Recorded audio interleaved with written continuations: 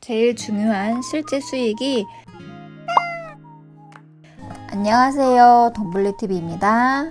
잘 지내셨나요? 그동안 주 1회는 무조건 영상을 올리려고 했었는데요. 8월 한 달간은 좀 뜸했어요. 휴가철이라서 놀았던 건 아니고요. 부동산 청약 공부를 그동안 하느라 영상까지 올리기가 조금 벅찼어요. 그동안 공부한 것에 대해서는 차차 정리해서 알려드릴게요.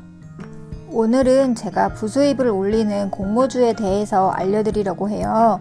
공모주가 이제는 꽤나 저에겐 친숙한 녀석이지만 아직도 많은 분들에겐 공모주라는 단어조차 생소하신 분들도 많은 것 같아서 오늘은 공모주에 대해서 초등학생도 이해할 수 있게 딱 짚어서 알려드릴게요.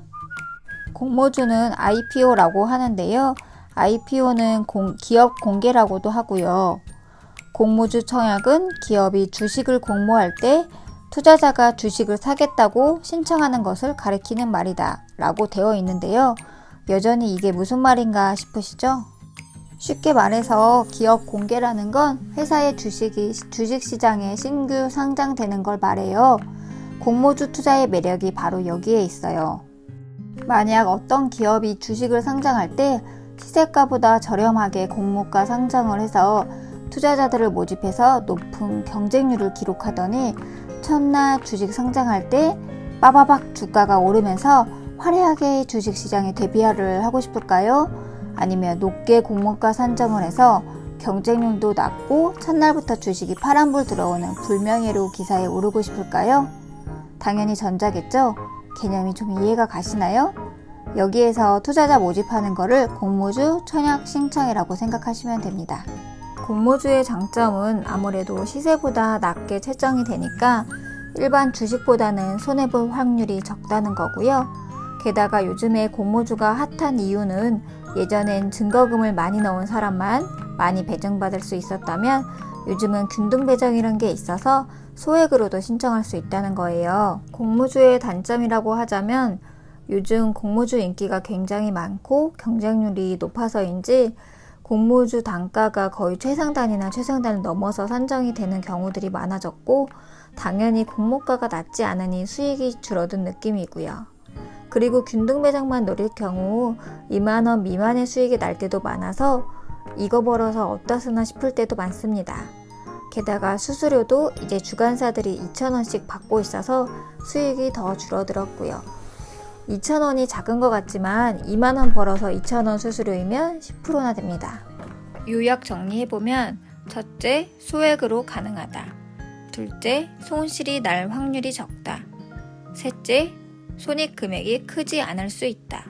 넷째, 매달 상장기업 청약권 환불, 상장일들을 챙겨야 하는 번거로움이 있다 정도 되는 것 같습니다. 제일 중요한 실제 수익이 저 같은 경우 3월에는 83만원, 4월에는 12,000원, 5월에는 35만원, 6월에는 3만원, 7월에는 10만원, 8월엔 41만원가량의 수익이 있었고요. 종목으로는 총 20개 배정받았고요. 이 중에서 3종목은 손해를 봤습니다. 손해라고 해서 큰 금액은 아니고요. 14,000원가량 손해를 봤네요. 총 6개월간 공모주 총액으로 174만 2,944원을 벌었고 평균으로 나눠보면 월 29만 490원가량 되겠네요. 한 달 평균 30만원이라고 생각하면 제 기준에서는 꽤 괜찮은 것 같아요. 참고로 전 공모주 투자에 올인해서 투자하는 케이스는 절대 아닙니다. 여기서 여러분이 또 궁금하실 부분, 왜 이렇게 달마다 편차가 큰지 궁금하실 텐데요. 아까 하나의 공모주로 잘하면 보통 치킨값 정도 벌게 된다고 했는데요. 제가 업무가 바쁜 달에는 공모주 청약을 게을리하거나 괜찮은 기업이 상장되지 않은 이유도 있었겠지만 제일 큰 이유는 흔히 말하는 SK바이오사이언스나 SKIET 등 대어들의 기업 공개가 있었기 때문이에요. 여기서 팁! 대어들의 공모주는 놓치지 않아야겠죠? 그리고 전 회사를 다니면서 균등 배정만 제 일상생활 하면서 할 수 있는 만큼만 하는 거라서 바빠서 청약을 깜빡하고 놓칠 때도 있고 제 기준으로 메리트가 없다고 생각하면 청약 패스를 하기도 하는데 제가 패스한 기업들이 수익률이 좋을 때도 있어요. 반대로 제가 청약받은 기업들이 수익률이 안 좋을 때도 있고요. 그리고 전 균등 배정만 한다고 했는데 여윳돈이 있으신 분들은 당연히 비례 배정도 하실 거기 때문에 그런 분들은 아무래도 수익이 저보다 훨씬 많으시겠죠. 그러니 당연히 저보다 더 많은 수익을 올리시는 분들이 많으실 거예요. 한때는 뭔가 최고가에서 매도하지 못하면 하루 종일 루저 같고 돈이 너무 아깝고 그런 적도 있었는데 그래봐야 그 금액차가 커봐야 1, 2만 원에서 몇만 원 단위거든요. 공모주의 희노애락을 겪고 어쩔 땐 수수료 떼고 뭐 하고 나면 정말 3,000원 남고 이러면 이걸 해야 하나 싶기도 한 적이 있었거든요. 그런 시간들을 다 겪고 나니 이제 저에게 공모주는 이걸로 큰 돈을 번다는 개념보다는 애들 학원비 번다는 정도로 부수입을 생각하니 괜찮은 것 같아요. 주식도 잠깐 해보기도 했는데 참 재미있지만 우선 리스크가 크고 정말 도박 같기도 하고 회사 다니고 일상생활 하면서 하기가 참 어려운 것 같더라고요. 정말 하루에도 몇 번씩 희비가 교차하고요. 스트레스를 받고 싶지 않았던 것도 큰 이유 중 하나입니다.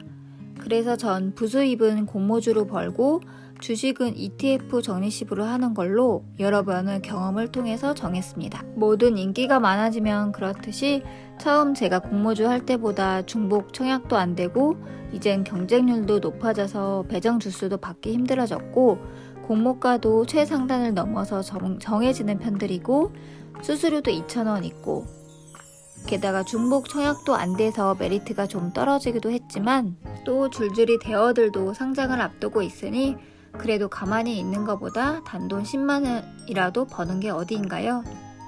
여기까지 제가 겪어본 공모주에 대해서 간단히 설명드렸고요. 그리고 또 하나 팁이요. 저도 며칠 전에 알게 된 건데요. 카카오톡에서 카카오페이를 누르고요. 투자를 누르면 공모주 일정 소식과 주간사별 경쟁률까지 한 번에 알 수 있어서 엄청 편리하더라고요. 꼭 들어가서 알림 누르시고요. 그리고 네이버 블로그에 재테크의 여왕 슈엔슈님이 공모주 전문가세요.